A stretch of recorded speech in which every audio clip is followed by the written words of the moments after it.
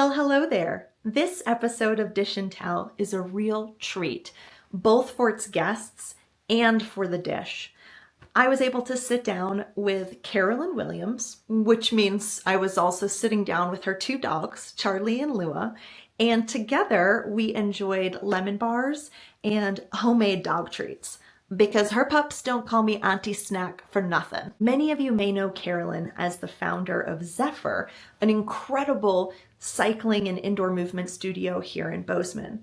It's a business that she built and eventually sold because she had the courage to listen to her heart. And what she learned in the process, but also just the heartbreaks and the heartquakes that she experienced in her life, is something I think many of us need to hear. That following your happiness doesn't guarantee an easy, smooth, or grief-free path, but it does guarantee that the path is yours. I may be biased because I adore this human, but I think she drops some wisdom that lingers long after the last bite. So pull up a chair and join us. I hope you enjoy the episode.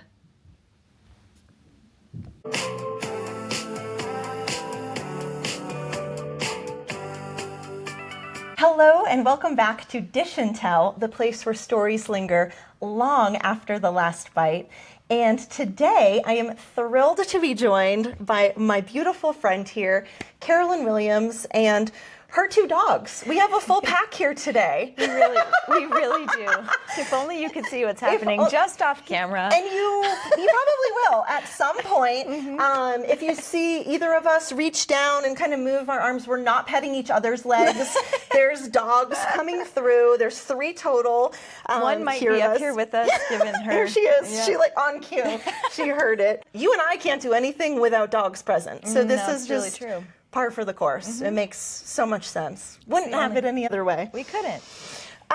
So you had just a delightful request. You really did. I was really grateful that it wasn't meatballs again. So for those of you who maybe didn't tune in for the first two episodes, I had two meatball requests. So this was exciting. But can I also just say, I've made one of your meatball recipes twice already. Twice? Oh my goodness, Yeah, you overachiever. I mean, I'm just working to perfect the recipe, but it was easy to do because I just loved following it so much. And Oh, thank you for saying that. That's so good at what kind. you That's are so creating. kind. Thank you. Well, today's dish is a beautiful dessert, and it's lemon bars. And I can't take credit for this recipe. It's one that I found from Joanne Chang, this baker, restaurateur in Boston. Okay. And this is from her cookbook, and it's incredible. My favorite thing in the world to make is this lemon curd. I mean, I have to admit this isn't the first time I've gotten to enjoy your lemon bars, so I know how good they are, and I just feel very honored that I have my own batch now sitting in front of me. I feel very special. Yeah, with a little bit of tea. Can I pour you some tea? Yes, please. You got it. What a civilized afternoon this I know. is. Okay, so lemons. Lemons. Can you tell me what it is about lemons that holds story for you? Absolutely. So I was very close to my dad's mom, my grandmother, on my dad's side. What did you call her? Gamma. Gamma. Wait, I love that. That's Gamma. really cute. Well, and I was the oldest grandchild, and so I picked that name. Rite of passage for the Rite oldest. of passage. And so the other cousin in the family, also known as my little brother, had no choice but to follow suit. But it's just the two of us who are the grandkids on that side of the family. And my grandmother, Gamma, always loved lemons. She loved lemon bars. I just learned this as I was doing a little recon for this episode, but she would never cook fish inside her own home because she just hated the smell, but she loved fish, so she would order fish out and always request extra lemon on the side. She always just had lemon sorbet. I mean, lemon was everywhere. Don't you love a good lemon sorbet? I do now. I didn't always, and that's the other thing that's so interesting to me about my lemon love is that it came to me, I mean, later in life. It wasn't something that I grew up Well, it's loving. something, I don't think kids go towards it because it is that tart, kind of almost sour on the palate taste that Good point. takes, I think, a more elevated and refined palate to really appreciate. Yeah. Well, I'll take that. Yeah. But my grandmother grew up in Florida in the 1920s and 30s, and there wasn't a lot of money. And I still am not sure whether lemons were sort of, because the South loves a good lemon dessert. Like, they love a good lemon bar. They love Citrus a good dessert. I mean, Florida, the right. citrus capital. It is, but also citrus is also a way, as you just mentioned, to add flavor quickly to things. So I don't know whether it's because she loved the dessert side of things or because lemons were something that they were able to add easily to food to make them more flavorful over the course of her childhood and growing up. But I do know that she moved to Montana in the 1950s with my grandfather. That's actually one of my favorite stories. My grandfather came back from World War II, and there wasn't room for all the GIs at the University of Florida. So they asked for volunteers to head north to Florida State College for Women at the time. And my grandfather liked those odds, so he volunteered. Oh, what a smart man. I know. And so he ended up at what eventually became Florida State University, and that's where he met my grandmother. Amazing. The Southern Belle. And very quickly thereafter moved her to Montana. A little different than Florida. Very different than Florida. And so she lived in Montana for 70 years, but never lost her Southern accent. And I think that she just has so much history from that part of the world, and I think it was very important to her to bring some of that history along with her and throughout, and so I think lemons were a part of that. Well, I love hearing this about Gamma and this journey that she was on, because it actually makes me think about this beautiful duality that exists within lemons, because it's something that I think is kind of unique to a lemon, where not only, as you mentioned, it can be something that's used in a savory or a sweet dish. It's kind of this unsung hero of the kitchen, but it can be used sort of interchangeably in a negative sense or a positive sense. Because think about a lemon, a car, or an appliance or something that's defective. It's like it's a very negative thing. Or when life hands you lemons, that idiom of like, how do we add some sugar to it and sweeten it up and change that perspective? But then on the other side of things, there's this rich aromatherapy usage with them where they help brighten and energize and shift into the space of happiness and clarity. The color yellow, it does just represent more of that lightness, that happiness. Well, and there's also like the purification element. Like, if you know me, you know that I drink lemon water, hot lemon water. Every morning. Every morning. You've inspired me to follow suit.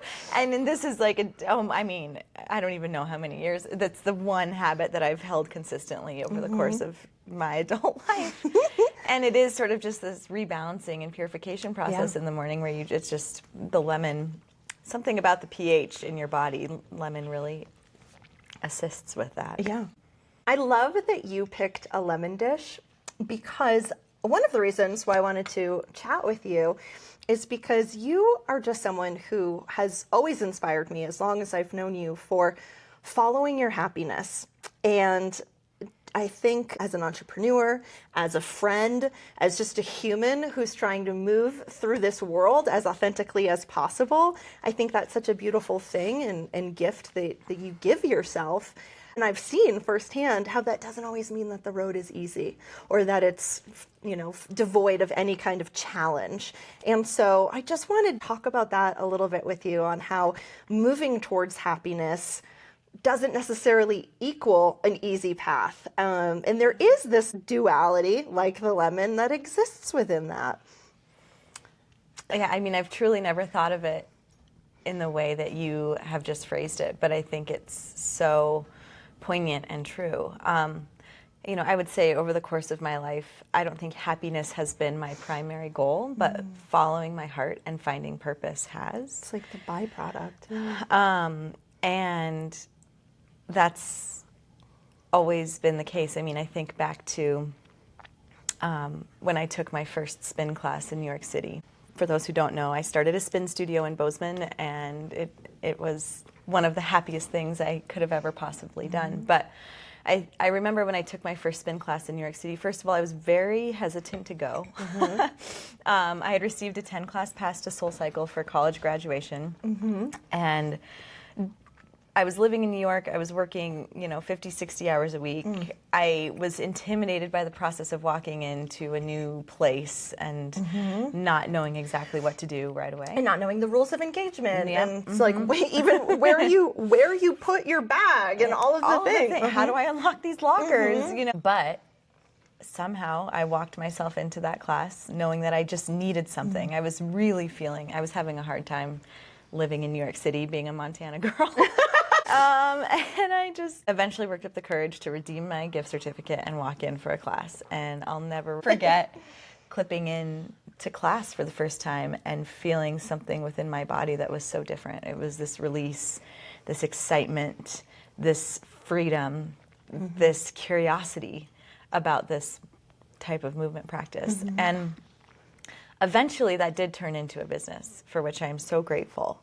However, it didn't initially, and I think that when I really reflect back on that time, there was so much else. There was so much else that was hard that was happening, but I just kept doing what did bring me happiness in my day. I went to SoulCycle as often as I could on a budget, given You don't need the to say price anymore. per class. Even then was steep, but. It just was that, it was that thing in my life where I felt completely free and alive for every minute of the 45 that I was there.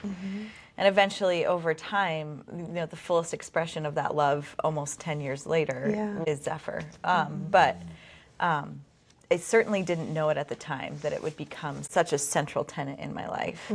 But I will always be grateful that that was kind of the first moment where, and doing it subconsciously at the time, I don't think at the time I would have recognized it, but where I chose happiness as often as I could, and it ended up leading me down this path that created so much purpose. And that's not to say that it was easy. There were lots of moves and different jobs and heartbreaks over the course of that time prior to creating Zephyr. And then once I even started my business, it was the hardest work I ever did because I cared and loved it so much. But it gave me so much purpose, and I was able to devote so much energy to it because I loved it so much. And I think there was a lot of happiness that was a byproduct of that purpose and that love and that passion. I think that's the thing I hear the most from you in sharing that, where it's not that it was necessarily the goal, but it's the unavoidable result of what happens when you stay in your authenticity and you just move towards the thing that fuels you, that fires you up, that feels really good. Yes, absolutely. And happiness is not something that lives in a vacuum. Right, yeah. Right? Like there can be myriad other things going on in your life and in your business and in your heart. And yet there is still this undeniable feeling.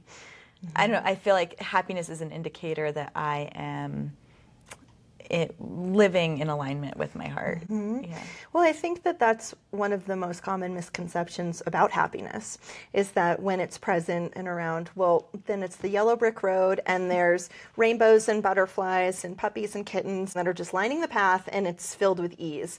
And at least in my experience, and I know in yours as well, we've talked about this, it can still exist and actually live alongside challenge and stuff that's really hard as well. Absolutely. I mean, yes, Carl Jung does say paradox is the closest we get to understanding the meaning of life.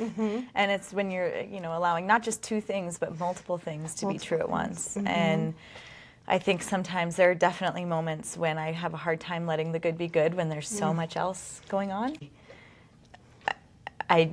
I try to remember how important it is to let the light in and to let the good in when it presents itself. If it shows up at your door knocking, don't turn it away. Let it in. Let it in. It's Make not space to say that, for it. Yeah, it's not to say that the other things can't be there as well. Yeah. But, yeah. Have there been moments where you've been following that purpose? Don't hit the camera, dogs. Yeah. Where you've been following that purpose and that happiness, but you've also encountered some things that have been a little hard, a little challenging along the way as well, and it's made you stop and second guess, like, wait a second, is this right? Am I actually living in alignment, or is this a flag that maybe I should pivot and look somewhere else? Yeah, I mean, all the time. I think self-doubt. something that you and I talk about a lot is having the courage to listen to our hearts and to trust our intuition and to strengthen that connection to ourselves. And that can be a really painful process. Strengthening that connection to oneself and to one's intuition and one's heart is courageous work. And It's hard work. And it is some of the hardest work any of us will ever do, because sometimes your heart will give you a message or your intuition will give you a ping and you don't understand why. It doesn't seem to make any sense. And I would say those are the moments when I have doubt. But there's something on a very physical level that makes it impossible for me to ignore what it is I must do.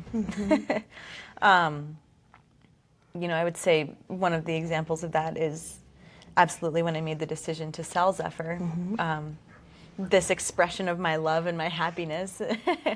And there was just a very physical knowing within me. I'll never forget the morning when I came home from teaching a class and sat on the couch with myself and just said, I know that it's time. And I don't know how to do this. I don't know how to sell a business. I don't know if anyone's going to want to buy it. But I know that I have to try. And, you know, that was, I think I wrestled with that knowing for a very long time.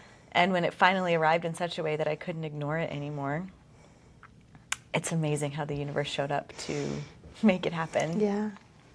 The right buyer appeared. Everyone told me to expect it to take 12 to 18 months, and it took 3. And to this day, I think that the new owner, Morgan, and I are very lucky to be good friends, and I'm still able to teach there and be part of that community. Awesome. And it's not an outcome I ever expected, but I do think that it all transpired because I had the courage to listen to something within me that said, it's time to go.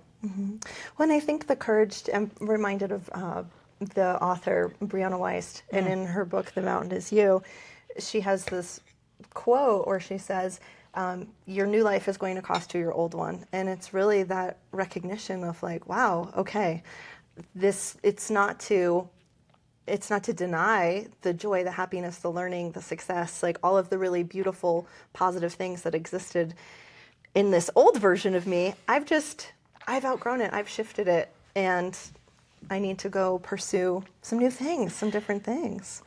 So true. And also, I think sometimes because we want the plan, we want to know what's beyond. 100%. It can cause us to ignore the intuition and the very physical need and signals our bodies are sending us to make the choice, because jumping into the deep end, jumping into the unknown, and then as I'm learning wholeheartedly in my life right now, inhabiting the unknown is a very scary place to be. It's something I think you do so well, though. It's so inspiring to me, that trust that you have, these leaps that you make where it's like, you know, I have a lot of things figured out. I'm getting some pings that are pushing me down a certain path, and let's just go. Let's just do it. What could be waiting on the other side? True. And I would say there's a new dear friend who I actually met because of the 2B magnetic work that you have invited me into. I love that work. But she made me aware of Martha Beck's bug soup metaphor, which is something I really have been living into. But you know, when a worm decides to become a butterfly, it actually doesn't even decide to become a butterfly. It's just this process that happens.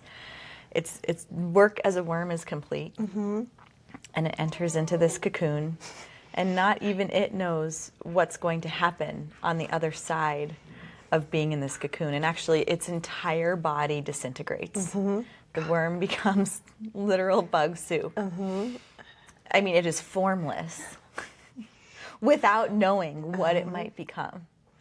And eventually this butterfly forms inside this chrysalis. And I think the crucial part of that part of the story is the butterfly has to work its way out of the cocoon, because if you try to help a butterfly, if you see it struggling with its wings to push against the structure that's been holding it together, it will die. And so it can be very isolating, lonely. Oh my gosh, Heart-wrenching dark. Yeah. dark. Obviously, we're not meant to go through, I'm so grateful for the relationships in my life that, walk alongside me, but can't do the work for me. But, as David White says, sometimes it takes the sweet confinement of your aloneness to see that anything that does not bring you alive is too small for you. And to not be afraid of being in the bug soup phase, because then you become the butterfly, but the circle of life is such that we're going to come back to bug soup over and over again in our lives. If we're lucky enough to have the courage and to have a soul that will not let us ignore our true path. So, it can, there's there's always a lot of hesitation when you feel that knowing, and for good reason. It can be a very daunting path to follow. But I think at this point in my life, I've learned there's just no other way for me. Sometimes I wish there were. Sometimes on those I days think it when would it's be easier. real hard. But, coming back to... Easier, but not as fulfilling. No, well, and also the happiness piece. I mean, I think some of the truest happiness I've ever felt is coming out of one of those bug soupy periods. And you can't have the light without the dark. It's so true. It's so true. And I think a constant and beautiful source of light for both of us that helps in those moments of dark are our dogs, our incredible dogs who are just staring at us like, what? And I do just want to say that I couldn't have you here and have a dessert for you and not have a dessert for the dogs as well. Of course. So Ranger and I have been tinkering. Hi, buddy.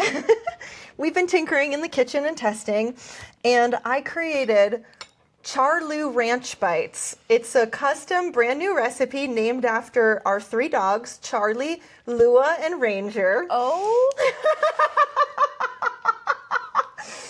And it's this delightful mix of whole wheat flour, oats, peanut butter, some bacon, totally human grade. I did try one. Pumpkin's in there too. Okay. They're delicious. I think I saw they were maybe frosted. They are frosted with a peanut butter bacon glaze. So Are you sure we're not supposed to? I mean, they're human grade. I mean, girl, you do you. No, I've got judgment. my lemon bar No right judgment here. here. I'm happy with the lemon bar, But let me get these out for our darling dogs. Okay, so here, for people watching, here are Charloo Ranch Bites. Some frosted, some not. So here, if you just want to take some. Oh my gosh. girls, Hey, Ranger Boy, can try you to sit loop. down? Come here. Oh my gosh. Good girl. Hi. Oh, can you sit down? Good girl. Oh, good Oh girl. my gosh. I love that you made Ranger sit. Lua, come here. Lulu. In Lua. various sizes.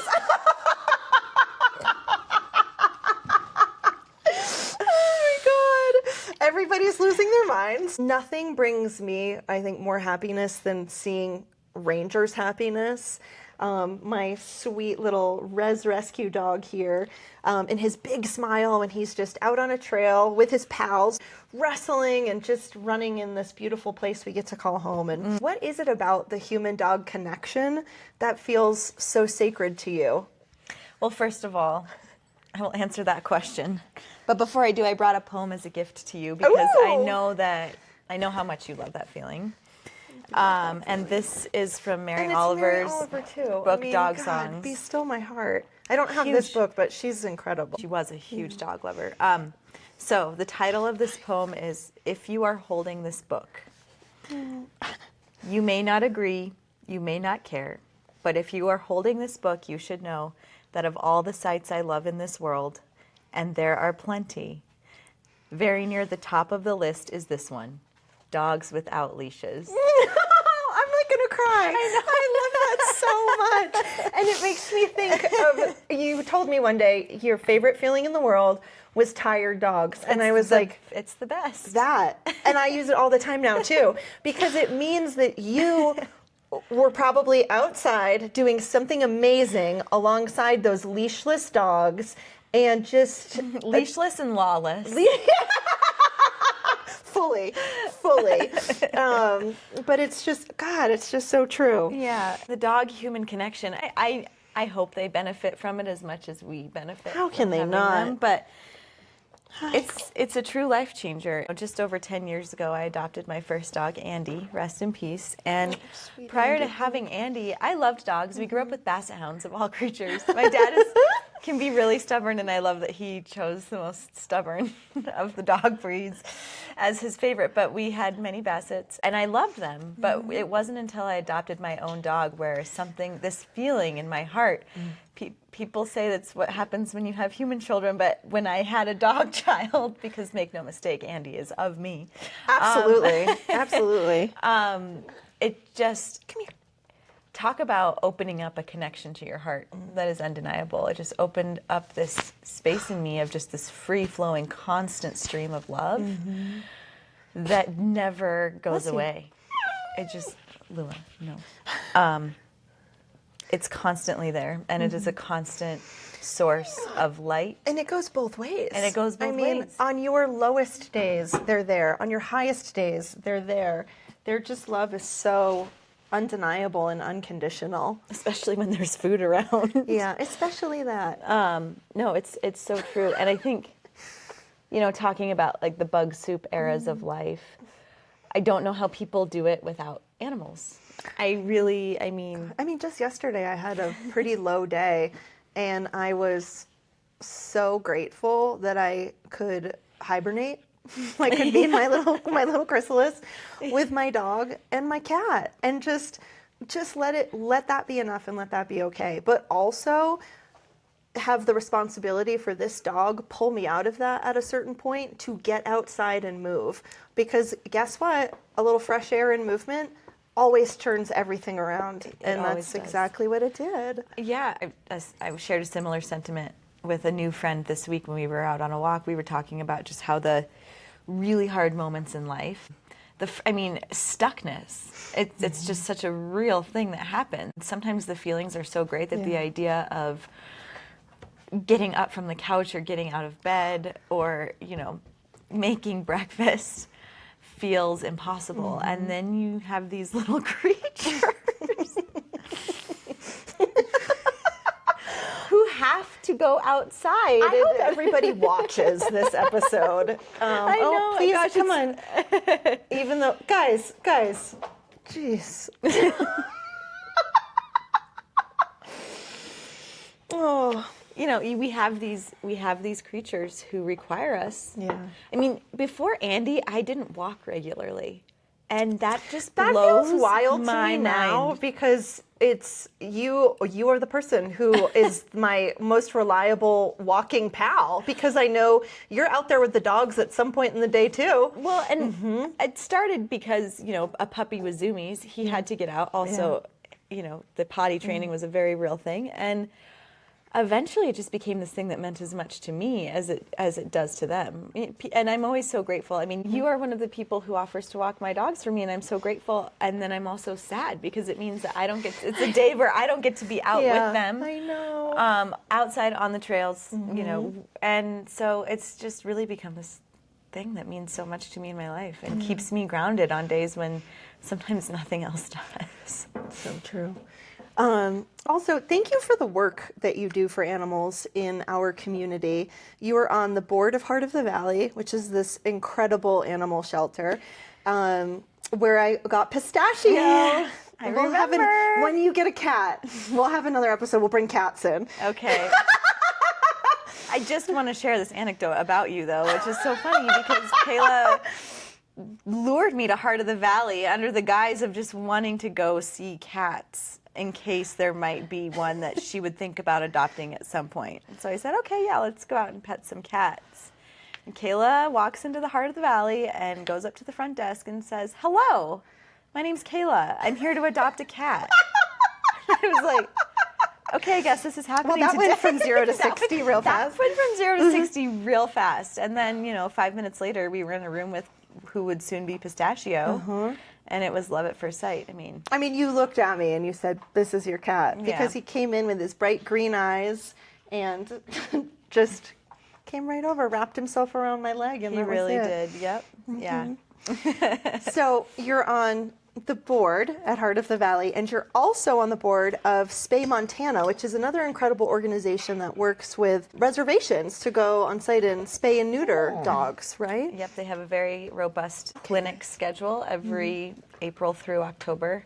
And they spay and neuter animals because it can be really cost prohibitive to get your dogs and cats spayed and neutered. So they have low cost clinics all over the state every year, which is pretty incredible. That is incredible. Yeah. So what is it that you would like people to know about animal rescue or just animal love in general? Well, first of all, you just really can't go wrong adopting a dog or a cat. I mean, you just can't.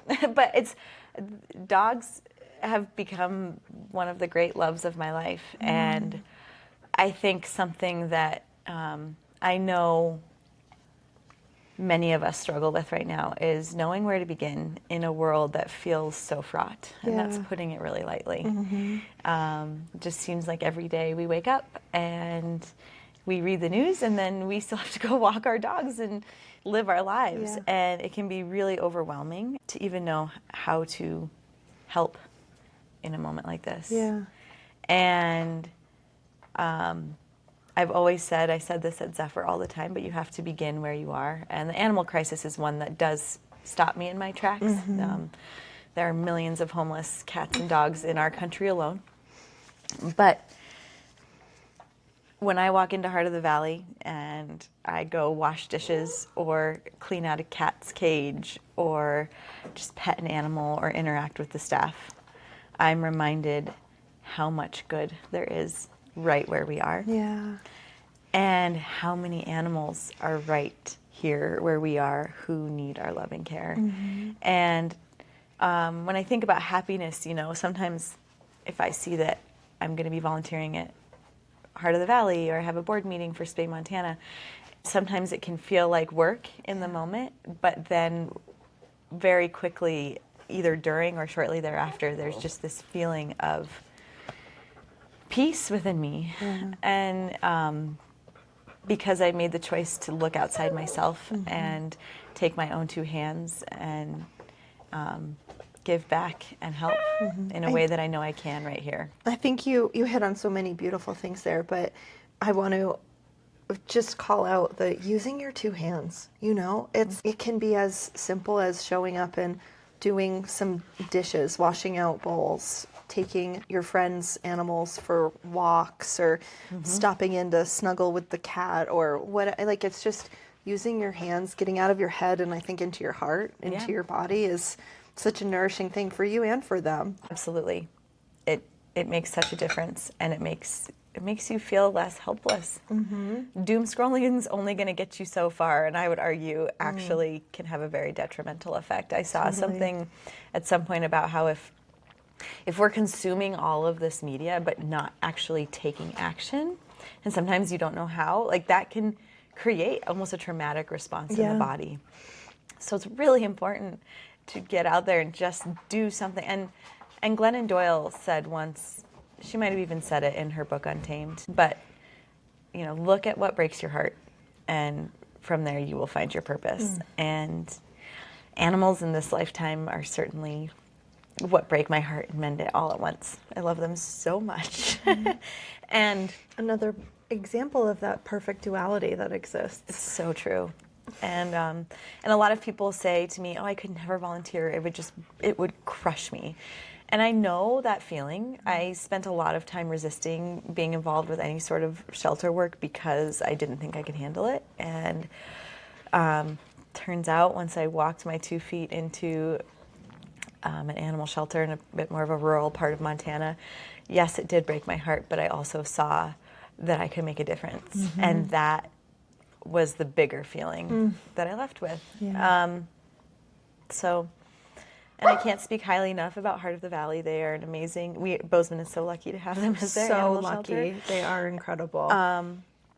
But there are many dogs in our direct vicinity who need homes between the Stafford in Livingston is an amazing shelter. Dillon has an amazing shelter. Bozeman, we all have these incredible shelters. And the sad thing is that Actually, cats, this is not a sad thing for cats. Cats are having a moment. Like Heart of the Valley, the length of stay for cats, I think right now is a week. That's if that. incredible. Yeah, you go visit a cat and you better take it home or You it's better gonna take get it home. adopted. Do like me and Pistachio. Get that cat. Go with a cat carrier. Yeah. But dogs, sadly, are spending more time in shelters than ever before.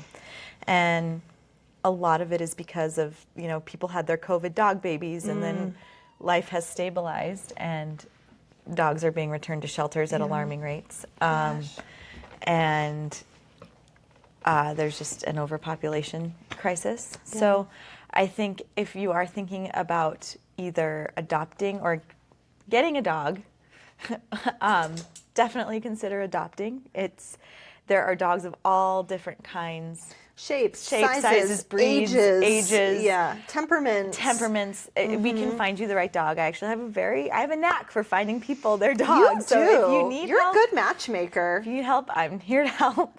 But also if adopting a dog isn't in the cards for you right now and you're able to foster I used to think that, how could people just take a dog home for a night and that can't be good for the dog, but actually it helps them decompress and just get out of an environment that is stressful to them anyway. So Heart of the Valley has an amazing foster program. I know Stafford does too, and you can find information on both on their websites. And I just would really encourage people to consider all of the things. Dogs make life so much better. So much sweeter. So much sweeter. So to that end, what do you hope lingers after this conversation like a really good dessert, like this lemon bar?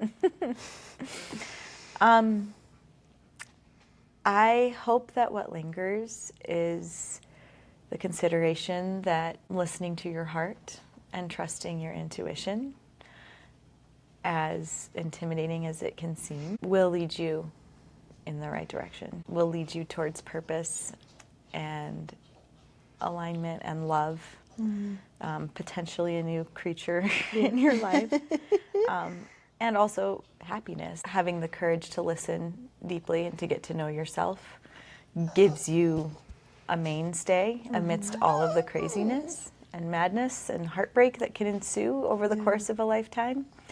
But that, I think oftentimes we don't listen to that part of ourselves that knows because we think it might derail us. But guess what? Everyone's going to be derailed at one point or another, sometimes many times. Yeah. So you might as well get curious about what lives there, get to know it, and befriend it. Yeah, and see what happens when you do. I don't think you'll be disappointed.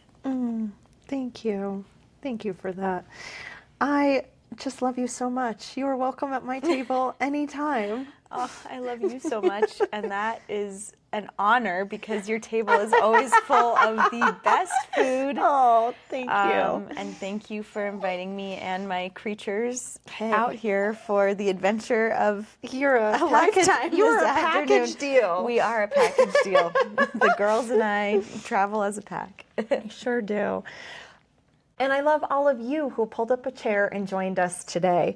Thank you for being a part of the Dish and Tell community. You can find this recipe for lemon bars over on my Substack and for the Charlou Ranch Bites as well. This will be the last free recipe that you will receive from my podcast interviews, so consider upgrading. For as little as the cost of a latte, you can become a monthly subscriber and get all of this great content to keep cooking. So until then, buon appetito!